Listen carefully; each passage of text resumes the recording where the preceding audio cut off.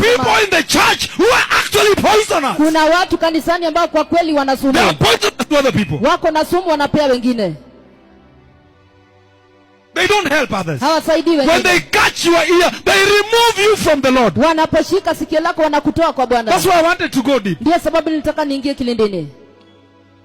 So Rai, kwa hivyo Rai is actually just a good weed. It's used. But there is a family, there is a branch of it that is called the Daniel. Ni magugu mazuri ndio yanatumika, lakini kuna tawi lake linaitwa Daniel. In the parable of the weeds and the tear and the tares, or the wheat and the tares actually are Daniel. Kwa hivyo katika mfano wa ngano na magugu, haya magugu ni Daniel. And Daniel, na Daniel is very poisonous to the original wheat. Ina sumu kabisa kwa ngano ya asili. It has poison. It is a weed, it's gross, but it has poison that can easily affect the wheat and interfere with the growth level. Ina sumu kabisa. Sometimes as a Christian you don't grow because you have bad people around you. Wakati mwingine kama Mkristo unakosa kukua kwa sababu na watu wabaya wamekuzunguka. Probably even your pastor may be a Daniel. Pengine hata mchungaji wako anaweza kuwa ni sumu.